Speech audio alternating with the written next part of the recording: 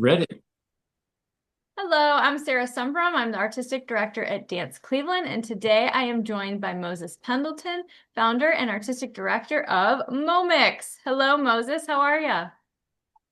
Good. Good as the weather is outside, which is fantastic. And where are you joining us Happy from today? October. Yes, October 1st, and Yep. we're ready for the fall. Yes. And where are you joining us from today?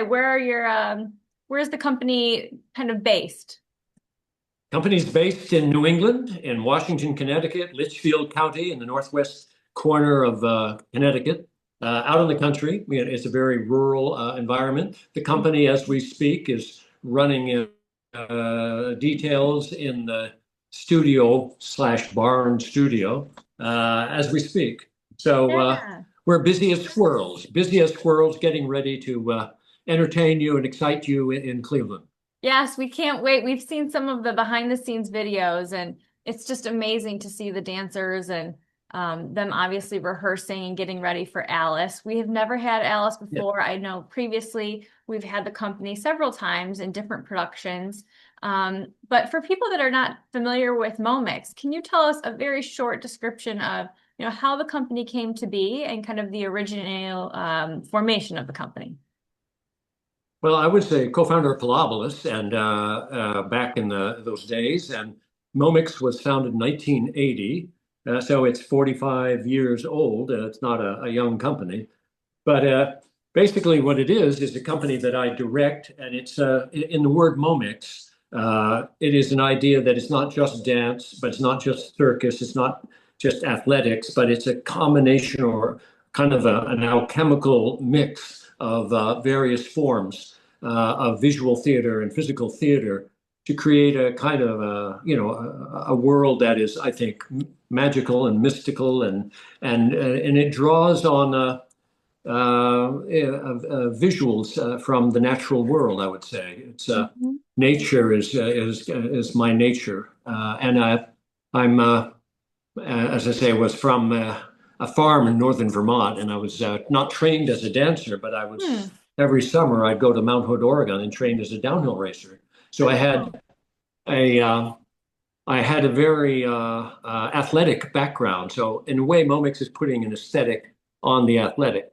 And I think Uh, that's what's so special. Like, even if people are not familiar with dance, we tend to find that they're very excited when they come to Momix because they feel like they can relate to maybe an athletic movement or the magical like illusions. So even if you're not a yeah, dance yes, yeah. fan, I We find that still people are excited about Momix.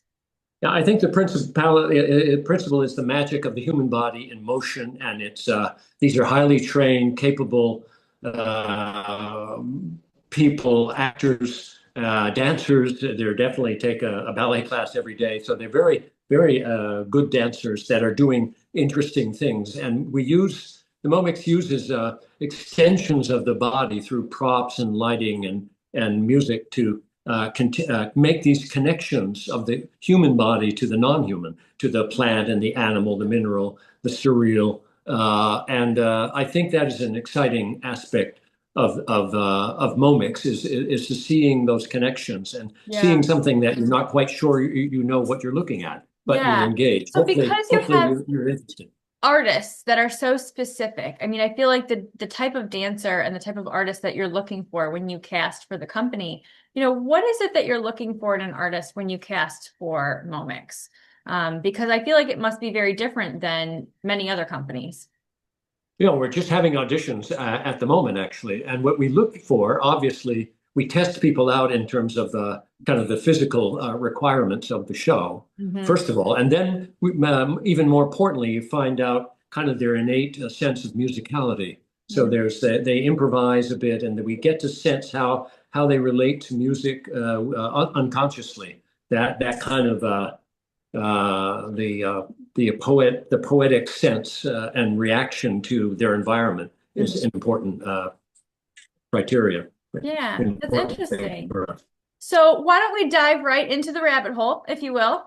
Let's dive into Alice and hear a little bit more about what sparked your interest in that particular story? What made you want to do What, a full-length story about Alice? Because many of the other works we've seen are a little bit more abstract. They might be about, Right. Botanica, like for example, doesn't have a specific storyline. So what was it about the Alice story that inspired you? Well, I've had a long history with Alice in that I was brought up under the Disney's version of Alice. So I was aware of it when I was about 5 years old, actually terrified by it. It was I was influenced by Disney, and my daughter Quinn, years later, I was asked by the Nutmeg Ballet, a small regional ballet school that my daughter attended, and I was asked to do something for the kids. Hmm. And I thought, well, why don't we do the Mad Hatter's Tea Party? And so I was, it turned out to be quite interesting, and it kept me connected to ideas of Alice.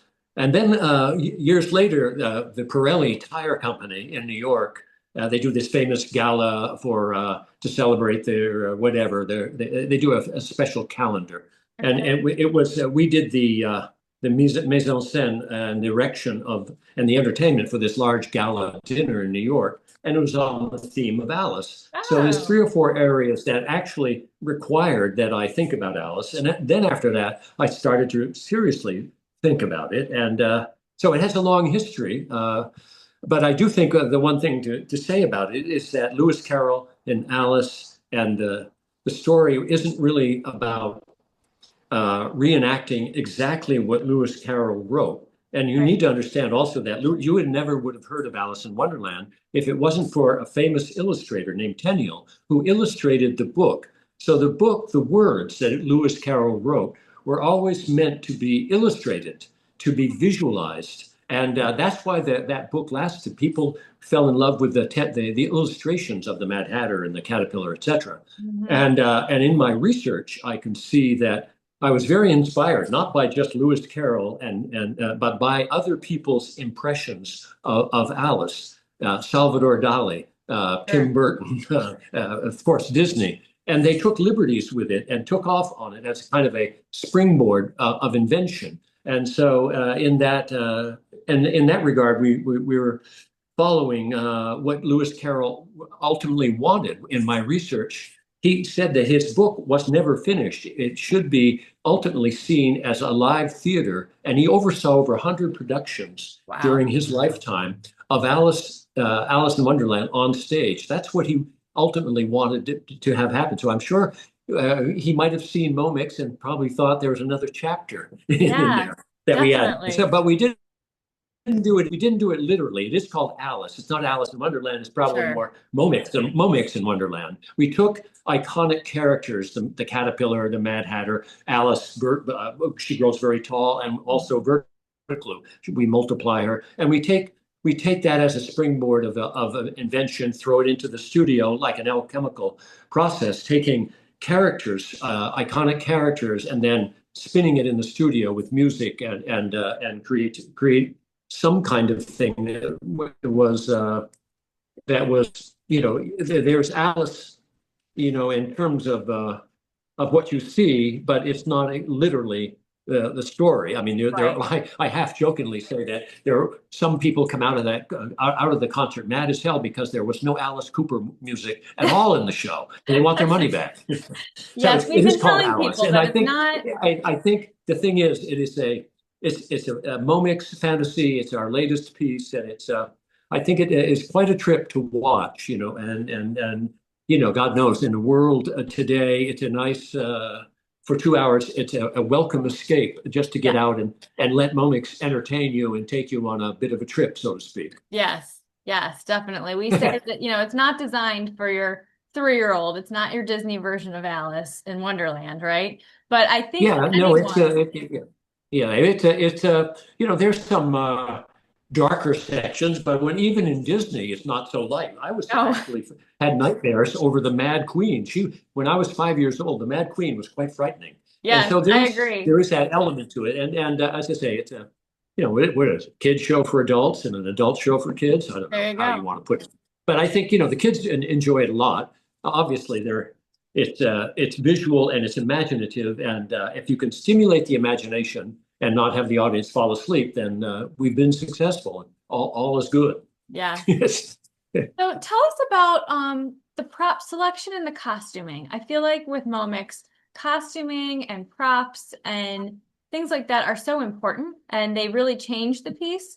How do you go about Well, yeah. deciding how that's going to look on stage? Well, I think of myself more as a visual artist or a sculptor that is moving visual phenomena through time and space and making Mm, it choreographed for pictures that are or sculptures. And so you need to go and sometimes build an image first, and then see how you can move that image and apply choreography to it. But the image might be you might need to sculpt it out and build it. We'll take, if we want to bit like I take the caterpillar, for example. We yeah. we have in the program the caterpillar, and so everybody knows the caterpillar in Alice. But Momix style, we had these giant blue exercise balls that you all have seen in health clubs, and we Hmm. combine them together to make it look caterpillar-like, and then move it and be able to use all kinds of athletic treatment of these balls combining and splitting apart and it's very athletic, and yet you see the caterpillar, but you also see the dancer. It's not like almost like Lion King. You watch the Sure. giraffe, but you see the performer, and you can allow for that. And I think that's a nice example. We take another word for Momix is metamorphosis. You take the lobster quadrille, and it's a beautiful costume made of petticoats and ruffled skirt. So that you can manipulate the fabric to look at one moment like a lobster's claw that suddenly, with one twist of the body, becomes a rose. And Wow. that is an excitement part of Momix is this shape shifting, this transformation of imagery. You're looking at something and all of a sudden it's changing, as if you were in a rabbit hole or paddling around in your own unconscious. And that in that dream state, there's no logic, but the logic of illogic and dream. And so there isn't a story, but it's a series of musicalized imagery that hopefully takes people on a kind of a voyage fantastique Yes. in Alice's world. Well, thank you so much for sharing so much about the piece. We're really excited to see it. I Yes. think it's going to be a memorable performance that many people are going to be talking about for years. Okay. Well, So, we're looking forward to it, and have a nice fall. Nice to see yes, you. you We'll see too. you. Bye bye. Bye. Bye-bye.